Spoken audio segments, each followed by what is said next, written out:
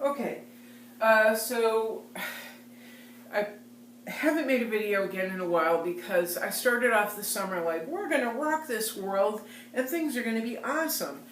And a couple of things happened that really just put me on the mental and emotional skids. Just a couple of pretty traumatic things, not traumatic, but inconvenient, uncomfortable, and not fun things happened that put me on the mental emotional skids. And as things have continued to kind of stagnate, so did my heart. So that's why I haven't been making videos. One situation has improved slightly. Another situation may be improving itself, although now I have an intermediary to try and get this thing fixed. And sorry for being so vague, but I have an intermediary who's trying to help me get a situation resolved at this point that's taken 3 months. And even with that help, the party on the other end is still not keeping their word. So I've been on the mental and emotional skids, and last weekend I was deeply depressed, deeply depressed, and having a hard time functioning again, getting anything positive done. But I really pushed myself, and I mean, this was Sisyphus-sized boulder. Pushed myself to pull out my hittable again and do something that helps me to kickstart my paintings. It's a trick I do when I'm getting at the end of a painting and I know it's still not quite right, but I want to finish it. I know this helps, so I have a trick I do. I go in and I work on the edges. All the profiles have a finish to them.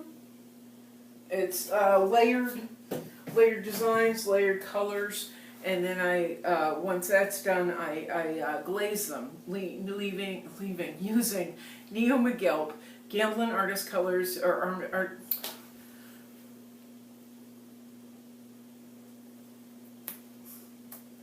using Gamblin Artist Colors, Neo McGilp. I've talked about it a million times. I use Neo McGilp and Transparent Earth Red. I make a nice thin coat of the two, wipe it down, darken the sides, add some paint strokes, so my painting is continued around the edges, but it's not just a continuation of the painting. I absolutely hate it when I see that, just black edges or continuation of the painting. It just feels inauthentic, and it just shows a lack of imagination. So I really hate seeing that. So what I do is I do a separate painting sort of down the sides that adds to the painting and frames it without framing it. Because once my work is framed, it goes from feeling big and expansive to small and claustrophobic. So I frame without framing. I continue the painting without actually continuing the painting. And what happens is, with all these colors that I've added, I start to see the front of the painting, the actual work, in a whole new way.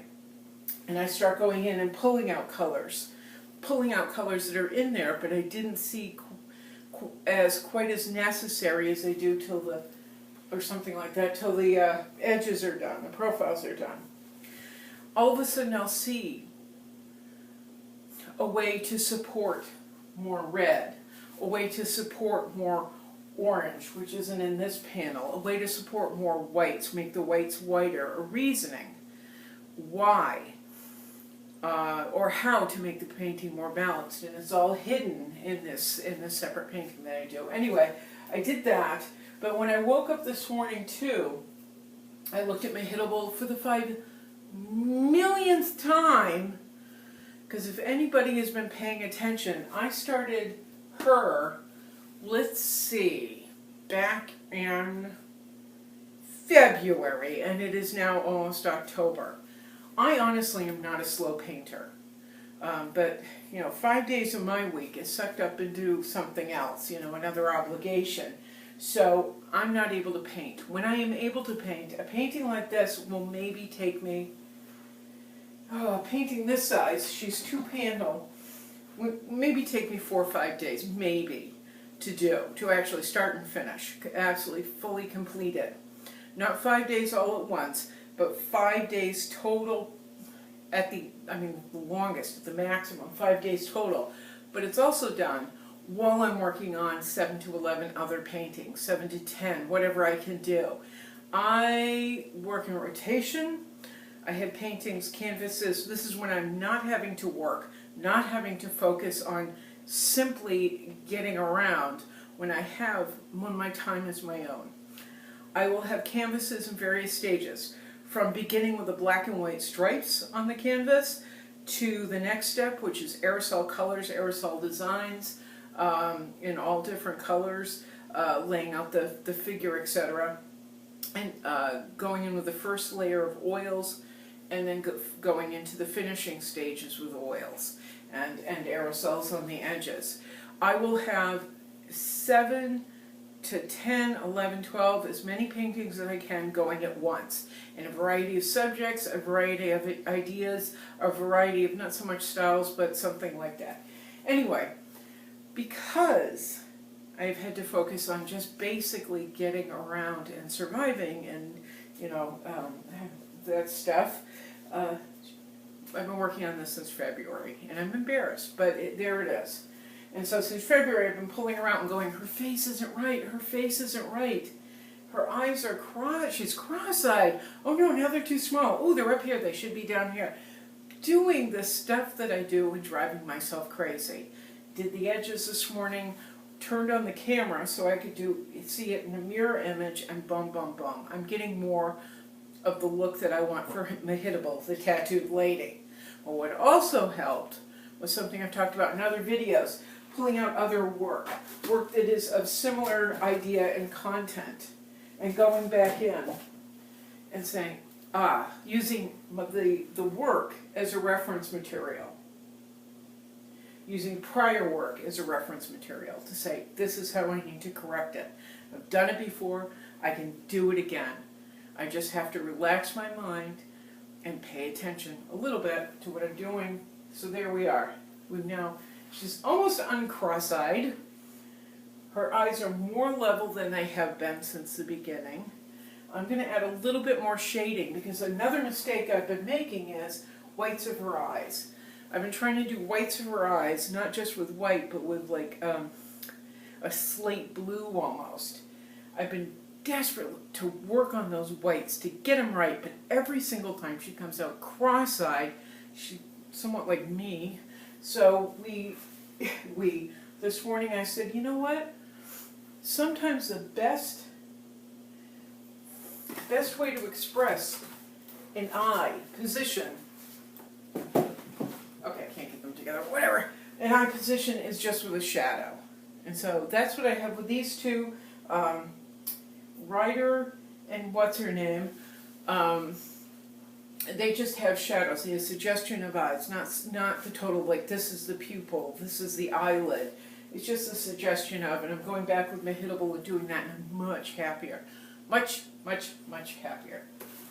And that is my spiel today. Pulled Mehitable out, a little bit happier. Sorry I haven't made more videos. A number of people have contacted me saying, where are you, where are you, all right? Yes, I'm all right. We made it through Irma perfectly fine. I didn't lose any paintings.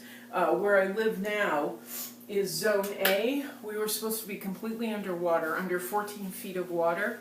We got none, and I'm lucky. We moved a number of paintings to my friend's house, because he's on the second floor of an apartment building. We moved Leslie Jones, Mehitable, my portrait of Yeyu Kusama, a number of things we moved up there, and a kayak in case we had to paddle out of there. But there was not a drop of water in the place. Oh, we took Spalding Gray, who's looking at me right now. Not a drop of water in the place. We're very, very lucky. And the rest of it will resolve itself as soon as possible. All the issues that have been weighing on me. And I will try my best to make more videos. And I promise, I will do live painting. I will do the Studio Mate in another state this weekend. I pinky promise. I pinky promise. I will do it this weekend. All right? I hope everyone's well, and there we are. Ciao.